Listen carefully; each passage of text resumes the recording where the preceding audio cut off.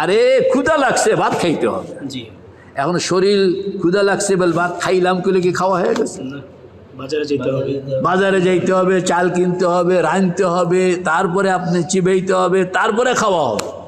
না, শরীর কোনো জিনিসকে পাইতে হইলে তাকে অনেক করতে হয়। কাম করতে হবে।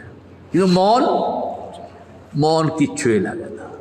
মন শুধু জানবে, জানাটাই তার বুঝা, জানাটাই তার উপলব্ধি, জানাটাই তার পাওয়া, জানাটাই তার খাওয়া। মানে এটা হলো শর্টকাট।